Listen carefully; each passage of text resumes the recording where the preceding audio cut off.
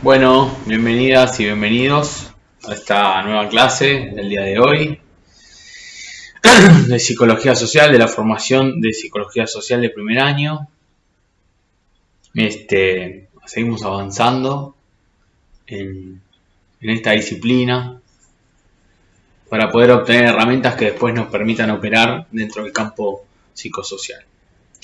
Hoy vamos a ver una de las teorías más importantes en esta primera etapa de este primer año de la formación. Vamos a ver, por supuesto, teorías troncales súper importantes y que vamos a seguir desarrollando a lo largo de los 3 años que duró la formación y por supuesto después de la praxis como psicólogas y psicólogos sociales vamos a tener que seguir trabajando. Hoy vamos a ver una teoría troncal también, que es la teoría de los roles o teoría de roles dentro de la disciplina de la psicología social. Lo primero que podemos decir en base a esto es que un poco meternos en la etimología de la palabra, de dónde viene, cuál es el significado y por qué la tomamos dentro de la psicología.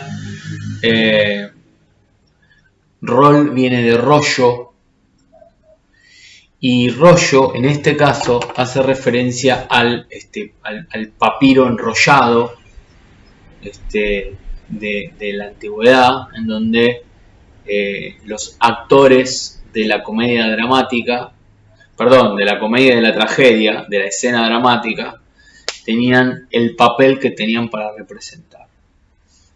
Digamos, en ese sentido es que se busca darle significado a la palabra rol, y después vamos a ver por qué dentro de nuestra teoría cobra este valor, ¿no?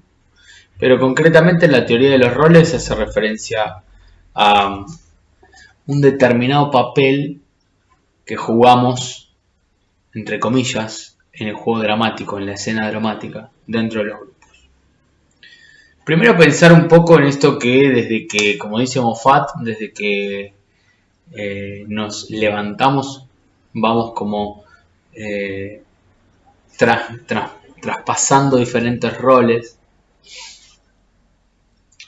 y en el único momento en que no desarrollamos un rol o cumplimos un rol es cuando dormimos, dice Alfredo Moffat.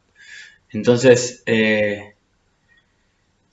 hablábamos en alguna de las clases, ¿no? Nos levantamos y por ahí los papás preparamos el desayuno a nuestros hijos o las mamás. Entonces en ese momento el rol en el cual estamos desarrollándonos tiene que ver con esto de la paternidad y la maternidad. Llevamos a nuestros hijos al colegio, luego nos vamos a trabajar. Entonces dentro del lugar en donde trabajamos estamos cumpliendo un rol determinado, y en este caso sería algo relacionado con los trabajadores o las trabajadoras. Posteriormente volvemos a nuestra casa, hacemos la tarea con nuestros hijos, almorzamos, preparamos el almuerzo, entonces somos o mamás o papás nuevamente. Luego tenemos un rato con nuestra compañera, compañero, y somos pareja, ¿no? Entonces estamos en ese rol de varón, mujer, o de compañero, compañera,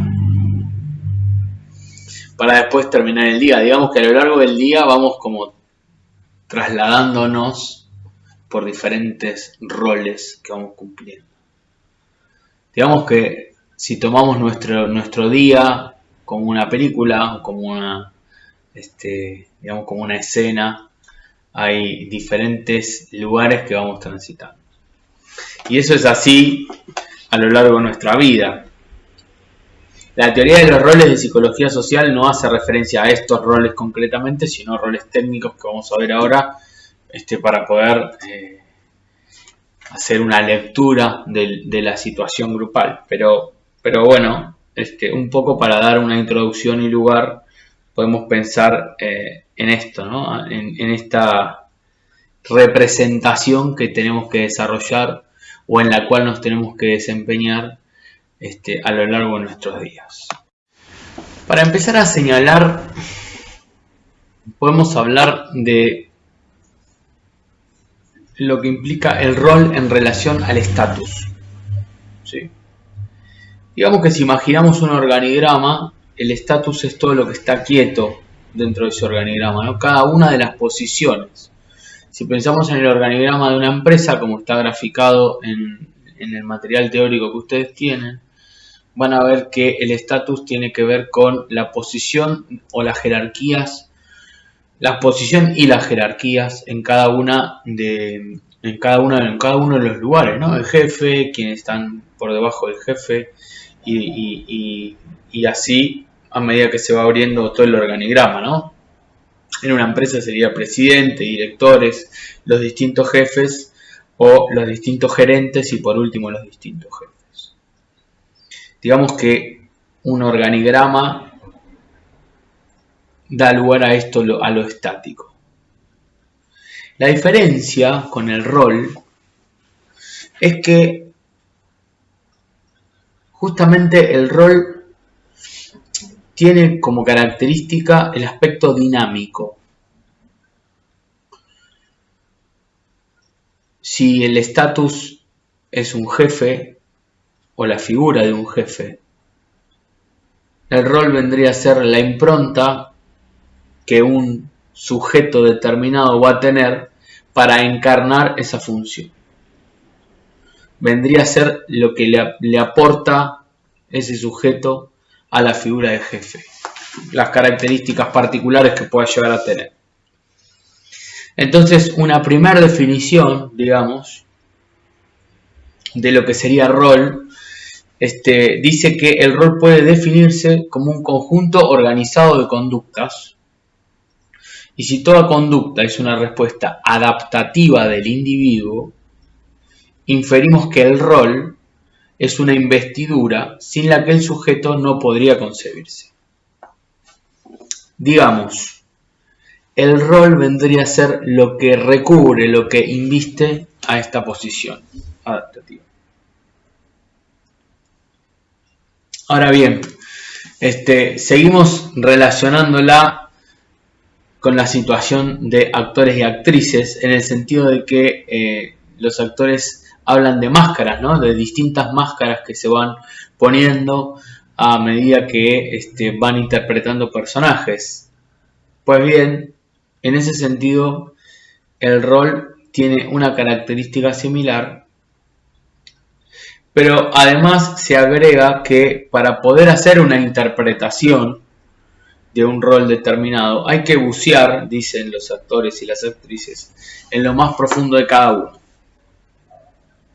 Digamos que para adentrarnos un poco más en lo que sería la definición de rol desde lo psicosocial, nuestro material dice que es un modelo organizado de conductas relativo a una cierta posición del individuo en una red de interacción ligado a expectativas propias y de los otros. De vuelta, es un modelo organizado de conductas relativo a una cierta posición del individuo en una red de interacción ligado a expectativas propias y de los otros.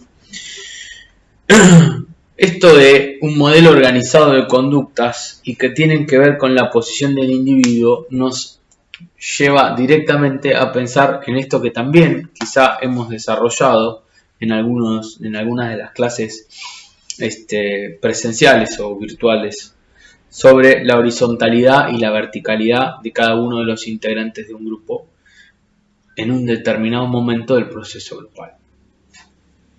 Cuando hablamos de horizontalidad, hablamos de no solamente el tiempo, sino el proceso, lo característico del proceso que se va llevando adelante en ese grupo. La horizontalidad tiene que ver con la sucesión de hechos, con la evolución que va teniendo ese grupo a lo largo del tiempo. Cuando hablamos de verticalidad, lo que estamos diciendo es lo singular de cada uno de los integrantes de ese grupo, lo particular de cada uno de los sujetos, la vida de cada uno de los sujetos, sus aprendizajes, su impronta quizá, que van a venir a encontrarse con esa horizontalidad, ¿no? En el lugar en donde la verticalidad y la horizontalidad se cruzan. Eso nos da un posicionamiento en el aquí y ahora, como llamamos en la psicología social, de un sujeto. En el aquí y ahora de un grupo, el aquí y ahora de un sujeto que reúne determinadas características que pueden servir a los fines de la tarea grupal. En ese sentido es que desde la psicología social, en el encuentro entre la verticalidad y la horizontalidad, podemos decir que el sujeto estaría en condiciones de cumplir el rol que el grupo necesita en ese momento. ¿Sí? Pensarlo así, no voy a apurarme, no voy a ir más allá de lo que tengo para decir en un rato nomás con las cuestiones técnicas, pero pensar sí que efectivamente ese lugar que forma parte de la realidad material del grupo, pero también de los aspectos singulares del sujeto, son el punto de encuentro entre grupo y sujeto, entre proceso grupal y particularidad o singularidad del sujeto, dan el momento en el aquí y ahora, en el cual ese sujeto puede cumplir un rol determinado. Digamos también que la particularidad o la singularidad de cada uno de los sujetos es lo que cada uno trae, valga la redundancia, desde su historia, desde su historicidad, desde lo que aprendió dentro de o formando parte de lo que es la novela familiar. Entonces pensar o esta situación también nos puede hacer asociar con la definición de grupo, ¿no? Para Enrique Pillon Rivière, y cuando dice que los sujetos asumen y les son adjudicados roles en esta trama grupal. Cuando decimos que asumen, hablamos justamente de la verticalidad, ¿no? Un sujeto determinado puede sentirse con la capacidad de ser el líder de un grupo, por ejemplo, pero si ese liderazgo no le es adjudicado por la horizontalidad, por el proceso grupal, puede hacer todos los intentos que quiera en tratar de ser el líder, pero el grupo no le va a dar ese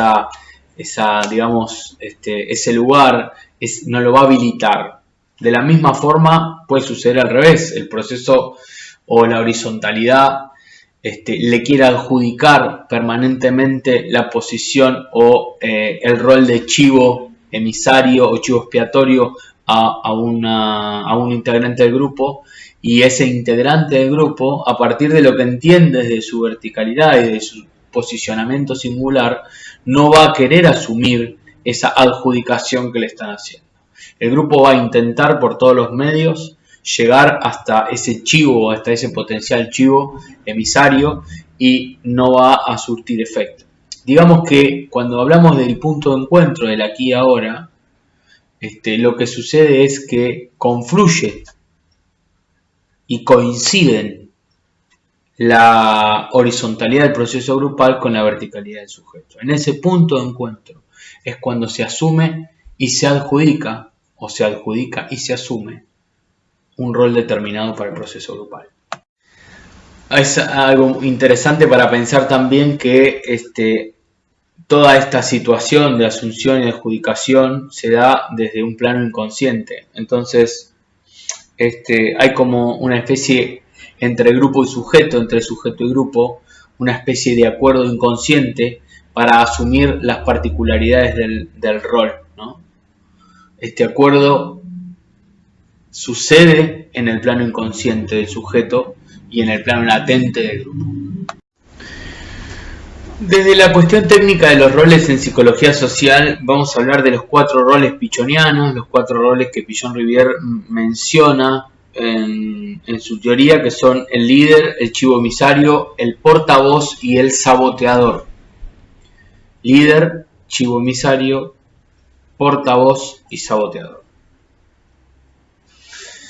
Para hablar de los aspectos del líder, primero podemos pensar en lo que significa un líder dentro de la teoría freudiana, perdón. Freud en Psicología de las Masas y Análisis del Yo habla de el líder que es ungido por la masa para llevar adelante los ideales que la masa considera.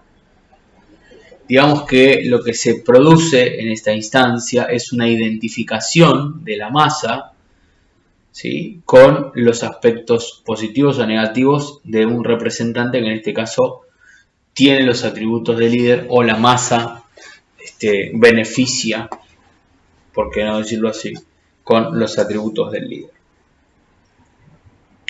A medida que se desarrolla la teoría podemos también hablar de otros autores que vamos a ver en profundidad en los próximos teóricos, pero como por ejemplo Bion, que fue un psiquiatra y también psicoanalista, habla de estructuras de dependencia de esa masa, ¿no? La masa depende del líder.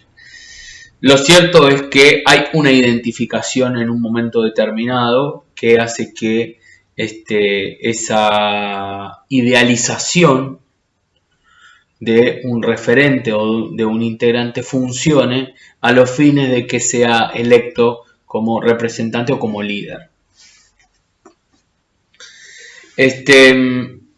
Hay como una situación, y nosotros lo consideramos, que tiene que ver con la disposición. Tiene que haber una disposición al liderazgo, o de esta persona hacia el liderazgo, que eso se puede analizar desde la verticalidad, desde lo singular de esta persona, ¿no? Ante un valor o ante una tarea determinada, es necesario que este integrante que va a ser postulado, va a ser ungido, digamos, ¿no?, con el liderazgo, tenga determinadas características para que logre la identificación inconsciente, siempre hablando del plano inconsciente, del resto de la masa. Lo cierto es que hay una base social que define la elección de este líder. Podemos hablar en psicología social del grupo. Es el grupo el que le adjudica el liderazgo, como decíamos anteriormente. Tenemos diferentes tipos de líderes, porque, a ver, podemos pensar en cómo darle forma, o cómo darle forma a un liderazgo, digo, o cuál es la posición que va a tener un líder. ¿Siempre va a ser un líder positivo, por ejemplo? ¿El líder siempre es bueno? ¿Cuál es la función que cumple el líder dentro de un grupo? Para esto hablamos de tres corrientes de liderazgo: el líder autoritario o autocrático, el líder democrático y el líder laissez-faire. Cuando hablamos de autoritario o democrático, es un líder que centra el poder dentro del grupo, que es el que habilita o reprime dentro del grupo, ¿no? Desde la autoridad, desde lo autoritario, como su nombre lo indica. Es un líder que toma todas las decisiones dentro del grupo.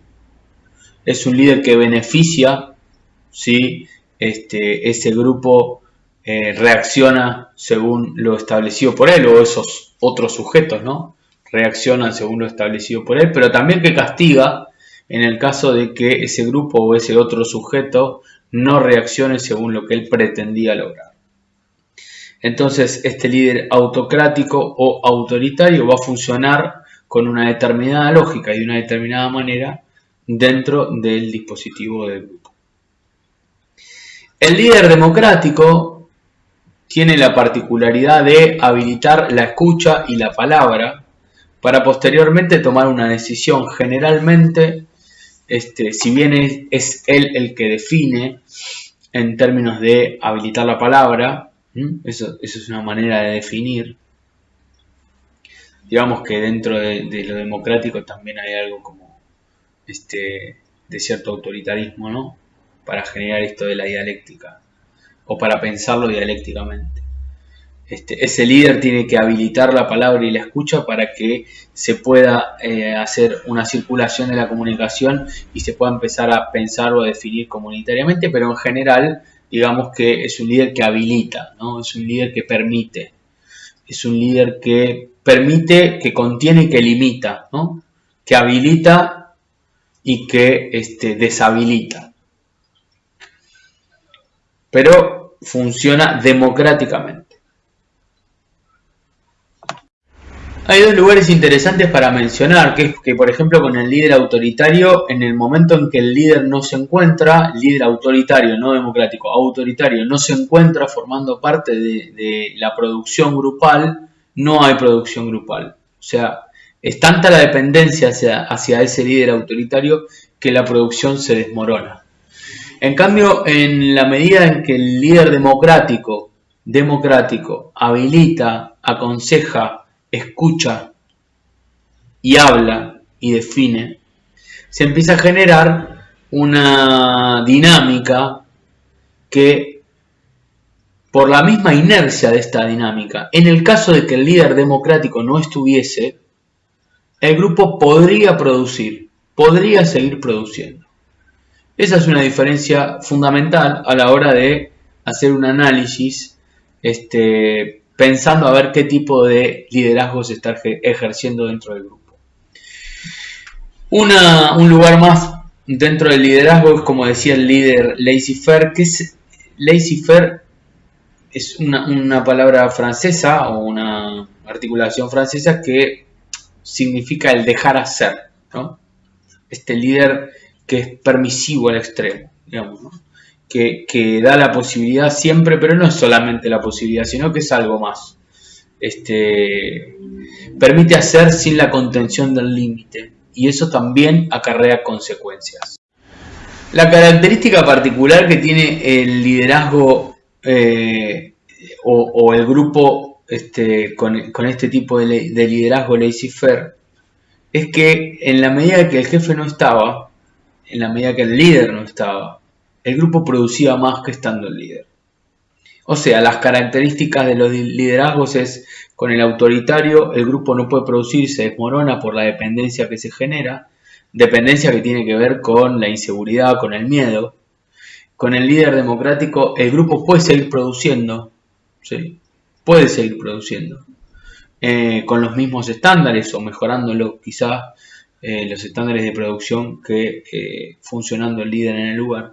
Y con el liderazgo laissez-faire lo que pasa es que el grupo produce más cuando el líder no está. Algo del orden de lo paradójico. Estos son los tres liderazgos que tenemos dentro del rol líder dentro de la teoría pichoniana. Para hablar un poco del rol de chivo, tenemos que decir que por qué se llama así, ¿no? Pensar un poco por qué el pobre animal, el pobre chivo, se lleva esta mala fama, por decirlo de alguna manera. Lo cierto es que no es el chivo, sino el cordero al que se lo asocia con el sacrificio. Es al cordero al que sacrifican en las religiones, por ejemplo, Cordero de Dios que quitas el pecado del mundo, ¿no? En una especie de sacrificio, sacrificando a ese animal, se libran los pecados del mundo. Y lo que pasa en los grupos es esto, porque es al chivo emisario al que se le revolea, al que se le adjudica, al que se le deposita todas las ansiedades negativas del grupo. En un grupo siempre tiene que haber un culpable, siempre tiene que haber un sospechoso de haber hecho algo que va en contra de los intereses del grupo. Es necesario que se estructure de esta manera. Y paradójicamente, e inconscientemente también, no va a ser el más débil al que se le depositan los aspectos negativos, sino que va a ser el más fuerte el que reciba estos atributos del grupo. Atributos negativos, por supuesto. Por ejemplo, quería decirles que en las familias El chivo, siempre hay un chivo en los grupos, la familia es un grupo. El chivo es el que enferma. La persona que recurrentemente enferma en la familia es porque es el que tiene puesto el objetivo del grupo familiar, en este caso, para ser el depósito de todos los males, ¿sí? También es la persona más fuerte en este caso. La depositación de estos males, en los cuales el chivo recibe, necesariamente tiene que tener un lugar en la segregación, digamos, en el apartado. Nadie dentro de un grupo puede estar contento teniendo a la peste al lado, o al malo al lado, ¿no? O al enfermo al lado.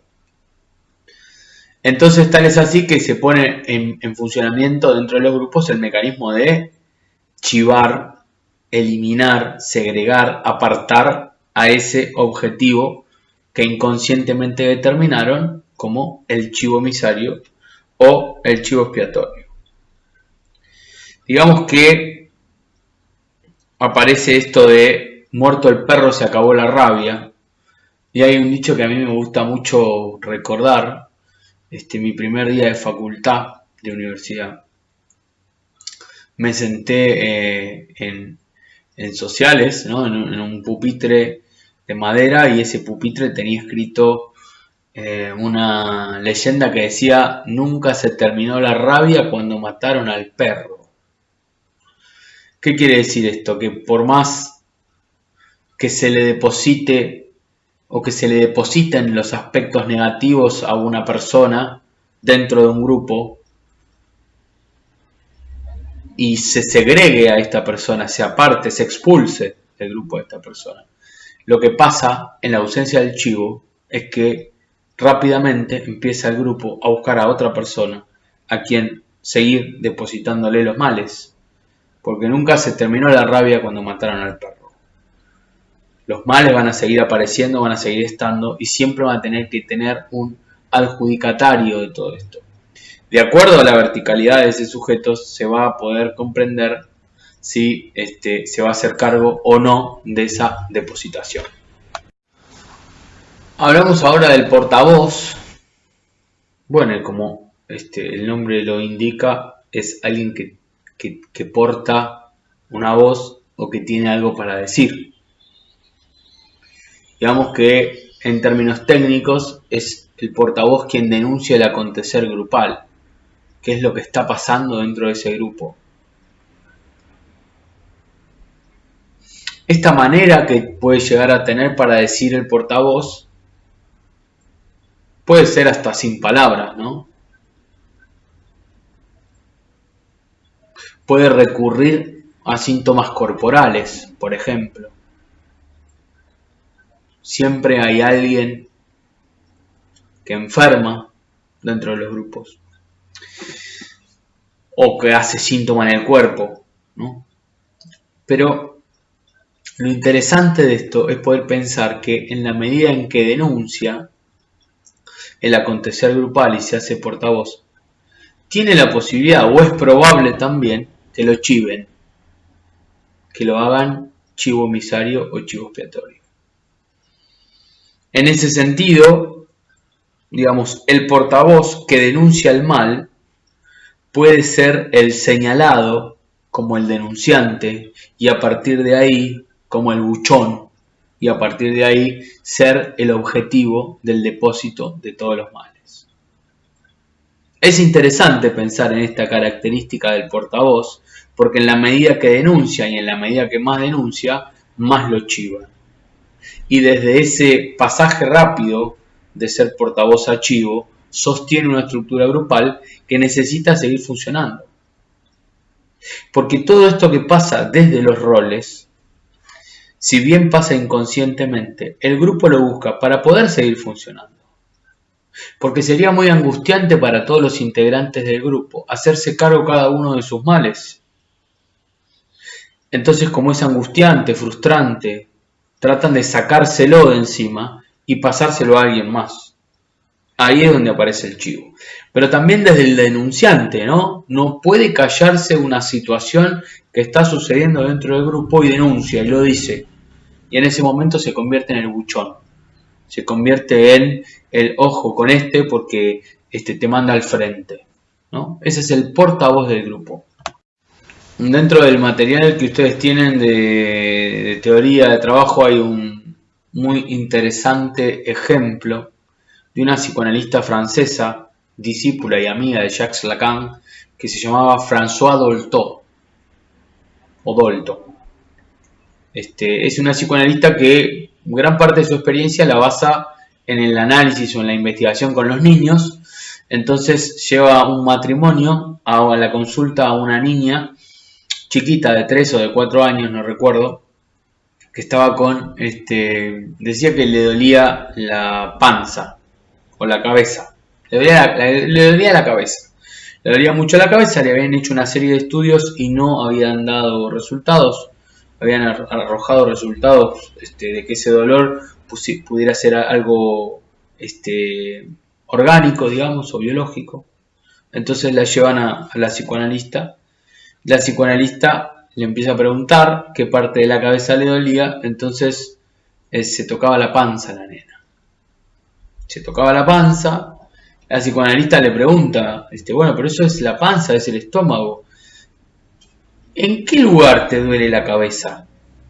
¿O cuál es la cabeza que a vos te duele? Y la nena dice, la cabeza de mamá me duele.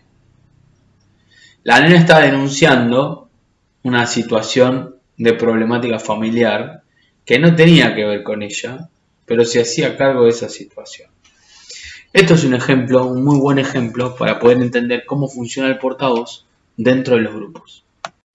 Como decía antes, el que enferma, lejos de ser el más débil dentro de un grupo, es el que más resistencia tiene. Entonces, es el que acepta la adjudicación de todos los males justamente por esta característica. Y es el grupo también quien descubre que esta persona, este portavoz, es el que tiene la capacidad de poder resistir todos los embates de ansiedades negativas que le pueden trasladar los demás integrantes del grupo. Es en este caso que se hace cargo de una patología, por ejemplo, en el caso de que enferme, y la actúa, ¿sí? La actúa desde el síntoma. Podemos también ver la respuesta en este ejemplo de una de las leyes del materialismo dialéctico que vamos a ver en los próximos teóricos, que es la ley de la acumulación.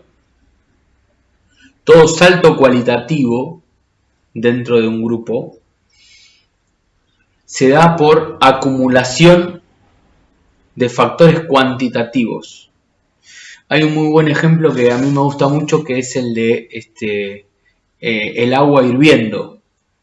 En el momento en que el agua hierve, se produce un salto cualitativo.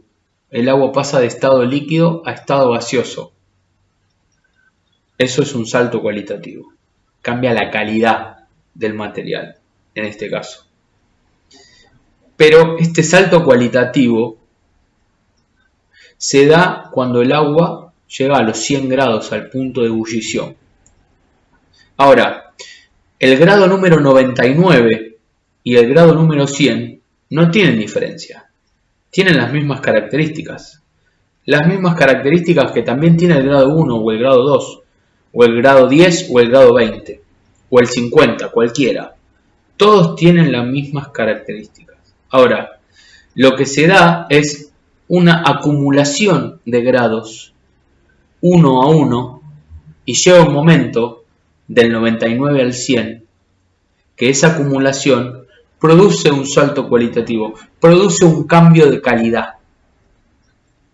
Esto mismo también podemos pensarlo desde el análisis de los portavoces, que se hacen cargo de ansiedades grupales, y la acumulación de esas ansiedades producen un salto de calidad, por ejemplo, analizando el síntoma. Es muy interesante la figura del portavoz dentro de los grupos. Es muy interesante porque hay que escucharlo con una escucha analítica. hay que escuchar más allá, hay que ver un poco más allá, herramientas que vamos a ir adquiriendo a lo largo de nuestra formación en psicología social.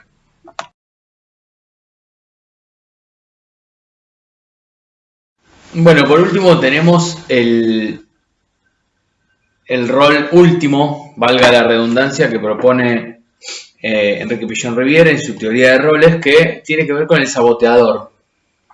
Saboteador, que es también llamado líder saboteador o líder negativo. Y es interesante lo que genera o cómo juega este integrante o este rol dentro del grupo. Para lograr ser un líder saboteador o negativo, al igual que el positivo, es necesario que esté habilitado por una base social, digamos, ¿no? Que el grupo o cierta parte del grupo se identifique con este líder, en este caso líder negativo de la tarea. Entonces se da esta situación, ¿no? La de un integrante que va en contra de la producción grupal, pero que a su vez, con la validación de esta base social, lo que propone es una tarea distinta, una tarea disruptiva a la del líder positivo o a la del líder propiamente dicho. Digamos que el saboteador cuenta con esta base social que lo habilita en su tarea y a partir de ahí se dan alternativas dentro del proceso grupal. La primera alternativa que podemos encontrar es que este saboteador o líder negativo se quede sin el sustento de la base social y se convierta inmediatamente en un chivo emisario.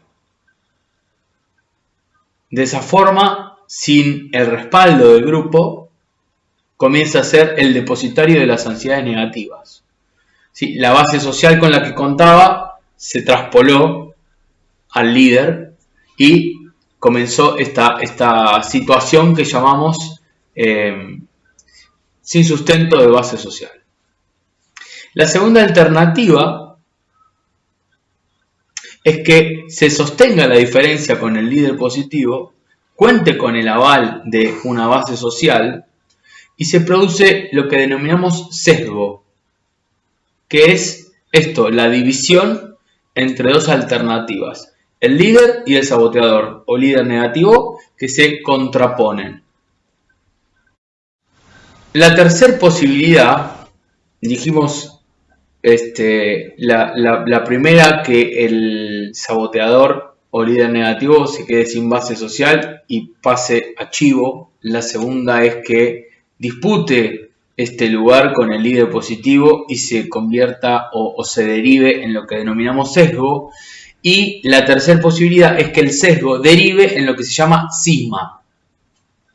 El cisma es el rompimiento del grupo, la disolución del grupo como consecuencia de la no resolución de este sesgo, de este encuentro de particularidades, de este encuentro de situaciones, de posiciones entre el líder negativo o saboteador. Esas son las particularidades que tenemos dentro de este último de los roles y con esto ya damos por concluido la teoría de los roles de Enrique Pillon Riviere. Nos vemos en una próxima clase, en un próximo encuentro. Les mando un abrazo a todas y a todos.